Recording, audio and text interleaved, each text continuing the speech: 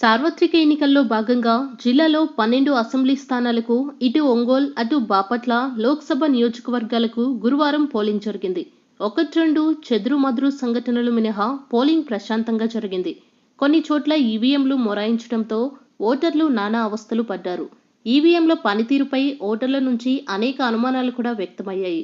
కొన్ని పోలింగ్ కేంద్రాల్లో రాత్రి 9 గంటల తర్వాత కూడా పోలింగ్ జరుగుతుండటం అందుకు నిదర్శనం. కాగా వివిధ కారణాలతో ఆరంభంలో మందకొడిగా ఉన్న పోలింగ్ సాయంత్రానికి ఊపందుకుంది. 80% మించి పోలింగ్ జరగటం విశేషం. ఈ స్థాయిలో పోలింగ్ జరిగితే ఎవరికి ఉపయోగం అన్న అంశంపై చర్చ ప్రారంభమైంది.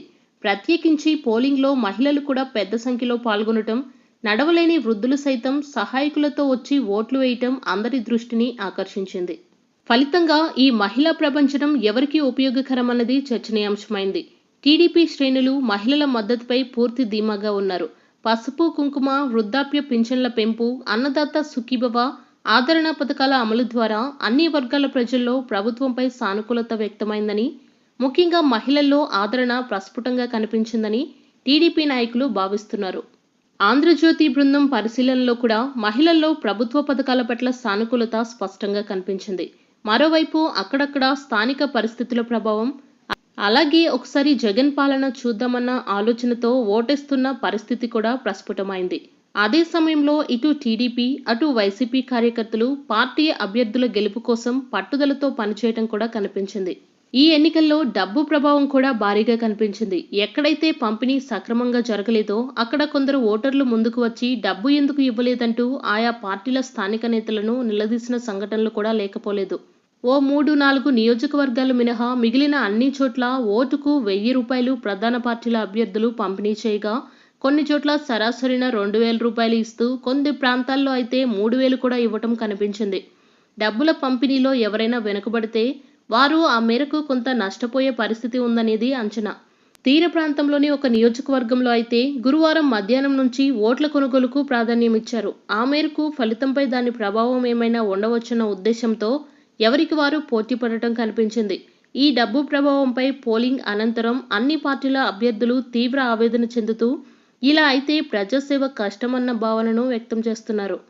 జిల్లాలోని తూర్పు ప్రాంతంలో అనుకున్నట్లే టీడీపీ ప్రభావం అధికంగా కనిపించగా, పశ్చిమ ప్రాంతంలో వైసీపీ ప్రభావం అధికంగా కనిపించింది.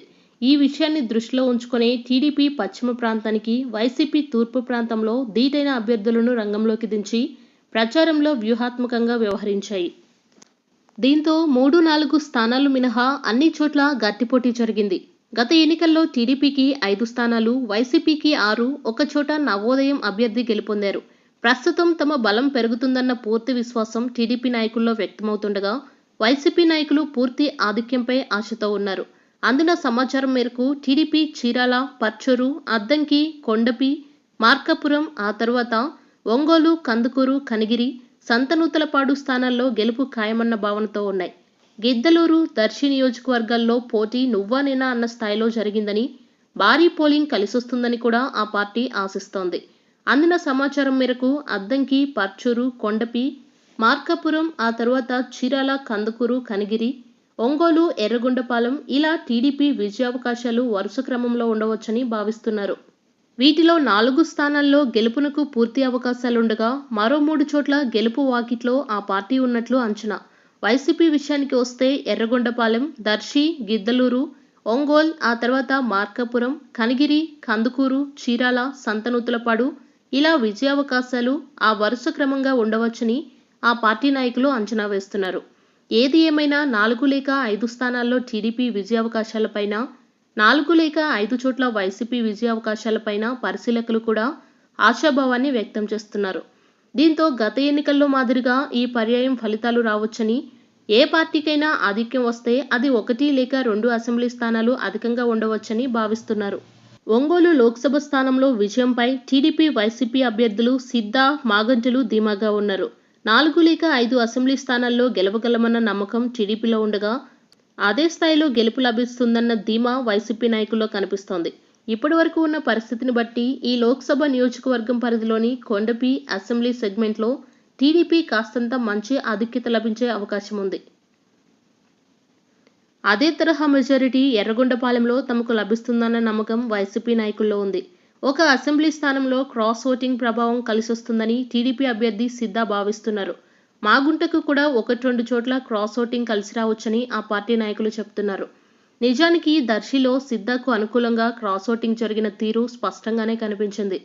అలాగే మాగుంటకు అనుకూలంగా కొమరోలు మండలంలో, అలాగే కొండపి నియోజకవర్గంలోని సింగరాయకొండ మండలంలో కొంత క్రాస్ ఓటింగ్ జరిగినట్లు కనిపిస్తోంది. క్రాస్ ఓటింగ్ ప్రభావం అనుకున్న స్థాయిలో ఉండదనేది గతంలో కొన్ని సందర్భాల్లో నిరూపితమైంది. అయితే 3-4 అసెంబ్లీ స్థానాల్లో గెలుపోటముల మధ్య పెద్ద తేడా ఉండే అవకాశం లేనందున లోక్సభ అభ్యర్థుల మధ్య కూడా గట్టి పోటీ జరిగినట్లు కనిపిస్తోంది. బాపట్ల లోక్సభ నియోజకవర్గం విషయానికి వస్తే జిల్లాలోని 4 నియోజకవర్గాల్లో టీడీపీ అభ్యర్థి శ్రీరామ్ మాల్యాద్రికి ఆధిక్యత లభించే అవకాశం స్పష్టంగా కనిపిస్తోంది.